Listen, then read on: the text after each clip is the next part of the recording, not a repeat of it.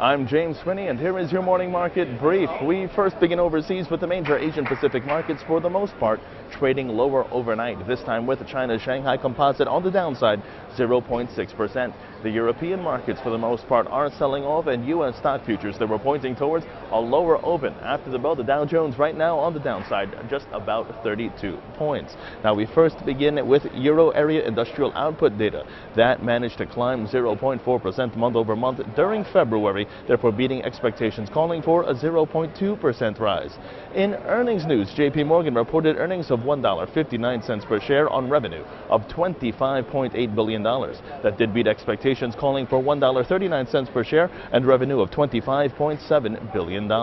Meanwhile, Wells Fargo, that reported its first quarter earnings of 92 cents per share, beating expectations, calling for 89 cents per share. And in U.S. economic reports, producer prices, they fell by 0.6%, which was much more than the 0.2% decline expected. That was largely due to falling gasoline prices. And retail sales for the month of March, that plunged 0.4%. Economists did expect the number to be unchanged from just 1 month ago. And then continued corporate news, JCPenney has hired Blackstone to help raise roughly $1 billion in cash because of this, due mostly in part, actually $1 billion in cash. This options include selling a stake in the company. Some private equity firms have reportedly reported some interest.